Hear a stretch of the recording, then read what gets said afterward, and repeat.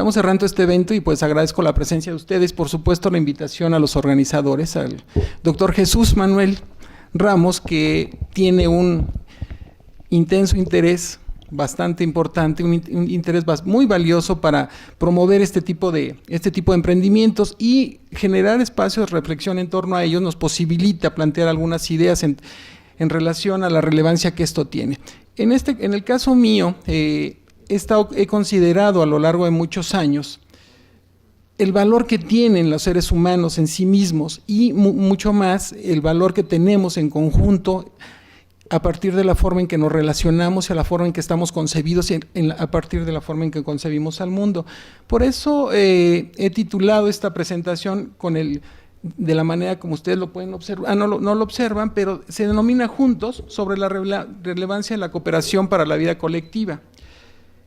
En este sentido, me interesa destacar que la condición humana implica formas específicas de comportamiento. Hay dos que voy a plantear de manera muy general. Primero es valorando la vida en conjunto. Una segunda forma es colocando los propios intereses por sobre encima de los demás, es decir, de forma estrictamente individual. Si bien estas formas de conducirse no son absolutas, sí ocurre que las condiciones imperantes en nuestros entornos ambientes son altamente condicionantes de la orientación que es dominante. Hoy podemos afirmar, domina casi en todos los ámbitos una visión del mundo, una forma de concebir la realidad orientada a favorecer los valores de corte individualista. No es ninguna novedad, creo que eso de alguna manera lo captamos todos nosotros. El desarrollo de los nacientes estados-nación en Europa, puntualmente hacia el siglo XVI, tuvo como característica, como marca de identidad, la búsqueda de argumentos para permitir a una clase en ascenso, en este caso la burguesía, acceder a posiciones de poder frente al poder instituido existente, las monarquías absolutas. Esta clase había adquirido poder para la concentración de riqueza, por la concentración de riqueza que habían logrado, y demandaban inscribir sus intereses en formas institucionales adecuadas a los mismos. El elemento central de esta orientación que nosotros encontramos en este momento fue colocar a la propiedad individual como forma específica de autorrealización. Quien no es propietario no tiene posibilidades de realizarse como ser humano o encuentra una cantidad grandísima de limitaciones. En este punto, entonces, esta clase adquirió este poder y le permitió esta posición formar instituciones adecuadas a los mismos. El elemento central de esta orientación, entonces, indicaba que quienes habían conseguido propiedades lo habían logrado a partir de su propio esfuerzo, que no había habido ningún otro tipo de aspectos que lo destacaran.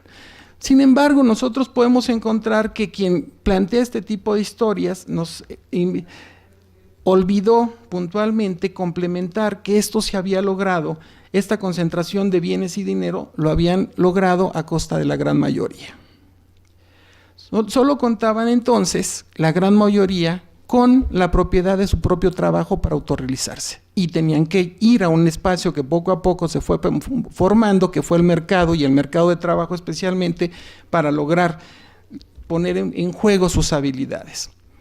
¿Esto qué significa de manera puntual? Que la desigualdad que ha estado tan destacada, tan relevada en los últimos tiempos, forma parte de las estructuras institucionales de los estados-nación y ahora está presente, reeditada y actualizada en la mayoría de las instituciones internacionales y en los estados-nación que sostienen esta orientación, impulsan la llamada globalización.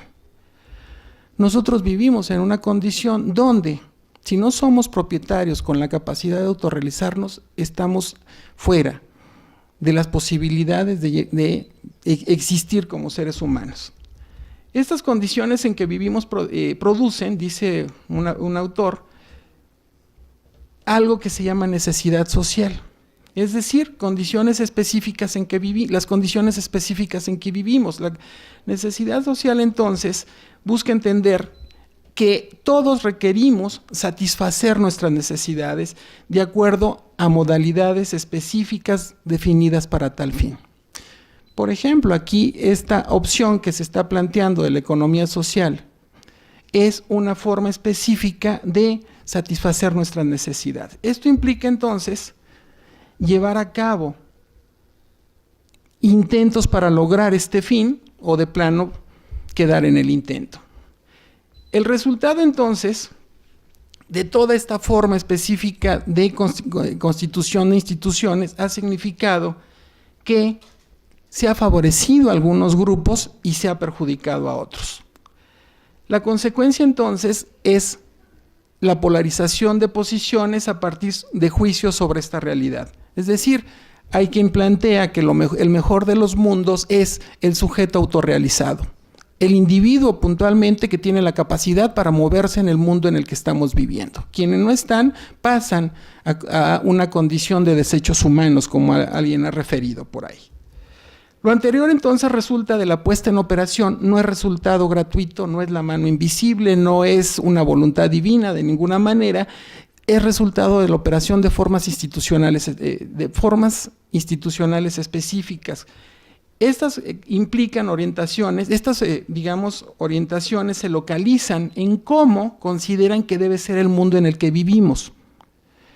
Se trata de instituir una forma determinada de orden del mundo. Piensen ustedes que ayer el profesor que inició estas conferencias destacaba la situación tan relevante que significa la cultura oaxaqueña. Si nosotros pensamos en las formas en que se mide la pobreza, aparece permanentemente como uno de los estados más atrasados. Inclusive Chiapas, Guerrero, que cuentan con un porcentaje de población indígena altísimo. ¿Cuál es el factor crucial que determina o que incide de manera consistente en torno a esta clasificación? Pues es simplemente el hecho del ingreso.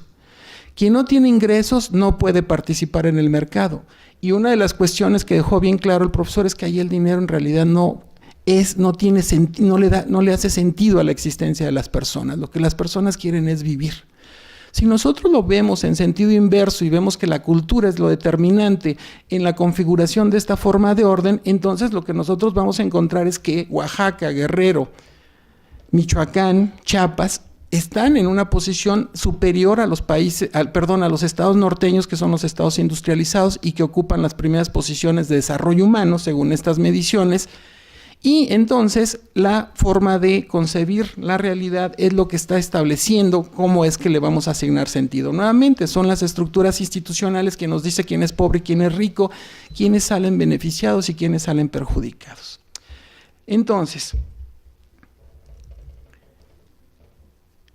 si tomamos un ejemplo puntual en relación a estas visiones de mundo, nosotros podemos plantear cómo una tribu nómada del Amazonas es nómada. ¿Cuál es el sentido de su nomadismo? El sentido de su nomadismo radica en que ellos conciben que no se pueden detener porque si no el sol cae sobre la tierra. La forma de orden que ellos conciben está asociada con eso. Nunca deben de dejar de estar en movimiento. Nunca pueden ser sedentarios, porque si son sedentarios, entonces el mundo va a sufrir las consecuencias de su acción. Por tal motivo, tienen que estar en movimiento permanentemente. ¿Qué ocurre en sociedades como las nuestras? Una cuestión que a mí me pareció relevante y que debemos ser realistas al considerarlos es que en todo tipo de sociedad se deben de resolver problemas de autoridad, de división del trabajo y de distribución de bienes y servicios. Esto se logra fundamentalmente poniendo en práctica principios rudos pero eficaces de desigualdad social y enseñando a los otros con mayor o menor éxito a aceptar y obedecer dichos principios. Lo que se pone en juego permanentemente en una sociedad como la nuestra es que nosotros tenemos que remitirnos, tenemos que comportarnos como se está planteando en términos institucionales. Si lo que está en juego en este momento es la lógica de la individualización radical, por supuesto, quien no esté conforme con ella va a tener que pagar las consecuencias. En ese sentido, entonces, debemos de plantearnos algunas preguntas. Primero, ¿en dónde se producen los giros en la concepción de orden en el que vivimos. Segundo, ¿quién o quiénes son los responsables de estos giros en la forma de orden? Tercero, ¿en dónde se procesan y en dónde se deben de ejecutar estos giros? La última cuestión, estas reorientaciones son incontestables, es decir, no hay manera de oponerse a ellas. Esta última pregunta me permite situar el tema del coloquio, lo social y lo solidario. Más allá de posiciones disciplinarias, de formas de saber involucradas, hemos asistido y vivimos la transformación de las instituciones y de sus estructuras, que antes estaban orientadas al bien general, al bien universal, y el viraje se da hacia formas de orden que solo beneficia a unos pocos. Hay una cantidad importante de elementos. Aunque decía, que es una lección de vida interesante, decía ayer el profesor de Oaxaca, que en realidad no pasa nada. La gente no deja de vivir a pesar de esto, aunque sí hay costos en relación con este tipo de reorientaciones y que hay que tomar en consideración. Entonces, ¿qué es lo que está ocurriendo de manera puntual? Que se han echado a andar hace un buen número de años principios rudos, pero eficaces de desigualdad. Los giros y los efectos de estos giros generan consecuencias negativas para sectores grandes específicos. Esto produce la sujeción, por ejemplo, en el siglo XIX y parte del XX en México, a esquemas jurídicos de extremo individualismo, absolutamente ajenos a sus tradiciones e historias específicas. Antes refería uno de los giros cruciales propuestos desde el naciente liberalismo en el siglo XVI. Esto se expresa nítidamente en México justo en el siglo XIX, en el proyecto liberal, cuyo objetivo era alcanzar la civilización a imagen y semejanza de esta concepción del mundo, y se planteaba, entre otros medios, dar educación que dar necesidades a los indios, para sacarlos de su atraso y de su abyección. Más aún, cito aquí a uno de estos personajes relevantes intelectualmente en México en el siglo XIX, Francisco Pimentel, decía: ¿qué habría que hacer con los indios? Hay que hacer que a los indios hay que procurarles se rocen con los blancos. No se les deje vivir aislados, a fin de que el indio sea propietario, proporciones el mismo medio de adquirir que los blancos, el trabajo. Lo único que tienen que hacer es convertirse en trabajadores. Que la propiedad continúe siendo accesible a todos, claro, sin matizar las dificultades que esto significa, pero nada de privilegios ni de leyes especiales que nos encierren de nuevo en el círculo fatal de las leyes de Indias. Como vemos, la historia nos permite encontrar los orígenes de las tendencias, y al recuperar una afirmación como la anterior nos permite mostrar la ocurrencia de esta misma concepción en la actualidad, por sentado con los ajustes espaciotemporales en que vivimos. Si nosotros revisáramos aún más el pensamiento de los liberales de México en el siglo XIX, consideraban que el problema del atraso en este país era la población indígena, y muchos de ellos planteaban soluciones radicales, es decir, de exterminio. Había que acabar con los indios. ¿Por qué? Porque no se les podía sacar de la barbarie. Y si no se les puede sacar de la barbarie, pues entonces hay que deshacerse de ellos. Tal vez estamos en una situación que tiene características similares, habría que revisarlo con más detalle. Hoy hay una modificación crucial, y esto se expresa en la racionalidad de gobierno, que busca conducir a la sociedad para alcanzar ese propósito decimonónico, pero el gobierno se deja de lado algo que, si bien la sociedad a la que aludimos antes la sociedad es un amplio cuerpo social de habitantes de un territorio específico que tienen un sentimiento de identidad común, viven bajo un conjunto de acuerdos sociales distintivos, y lo más importante, y lo hacen con un grado de conflicto que siempre está cerca de la guerra civil. No debemos olvidar entonces que siempre va a haber resistencia. Es algo en lo que coincidimos con el profesor que ayer nos daba su conferencia, que la resistencia es algo que no se puede evitar, por más que se intente. ¿Qué es a lo que nos conduce todo esto? A una serie de transformaciones que tienen consecuencias específicas en nuestras formas de vida. Y en este punto, ¿qué es lo que nos interesa destacar aquí? Primero, que hay que tratar de matizar la ruptura de los vínculos sociales y comunales. Hay que tratar de evitar que esta constante que ha existido durante el siglo XIX, cuando se empieza a formar el Estado mexicano, se ha mantenido, con mayor o menor incidencia. Lo que es, y hoy muchos de estos analistas suponen, muchos quienes analizan este tipo de cuestiones se quejan de que hay una ruptura de lo que llaman el tejido social. ¿Qué es lo que hay que destacar entonces en este punto? Lo que hay que destacar es que este tipo de formas asociativas, donde se plantea el acceso a bienes amplios para todas las personas, no es bien visto por la relevancia que tienen para construir formas de relación basadas en el reconocimiento mutuo. Esto supone, como uno de sus componentes esenciales, algo que hoy en México se le niega a las instituciones de gobierno. No le tenemos no le concedemos este principio a las organizaciones de gobierno. Al mercado tampoco, y es estrictamente confianza. No les tenemos confianza. No se trata no se trata de la que le damos a las instituciones y a otras personas de forma individual. Aquí se trata de la que se constituye y se ejecuta prácticamente entre grupos de personas y entre grupos. Un vínculo de confianza, ¿qué es? Se logra a partir de relaciones. Sin estas es poco probable ir a ningún lado. La ingenuidad es un componente que debe permanecer ajeno a la confianza en virtud de la posibilidad de que haya fracasos y traiciones. Aquí es indispensable una posición realista, siempre latente de que ocurran fechorías, errores o descuidos de los miembros de una red. Una forma de expresión, entonces, de la confianza es a través de la constitución de redes de confianza. Y las redes de confianza son, entonces, conexiones interpersonales ramificadas, establecidas principalmente sobre fuertes lazos, dentro de los cuales la gente pone recursos y empresas valoradas, trascendentales y de largo plazo, ante el riesgo, decía yo, de fechorías, errores y descuidos de los demás. Justamente eso es lo que habría que considerarse aquí en relación con la economía social y con la administración solidaria. Si nosotros no establecemos estos 4 puntos, y con esto cierro para no ir gastando el tiempo, tendríamos que considerar las siguientes cuestiones.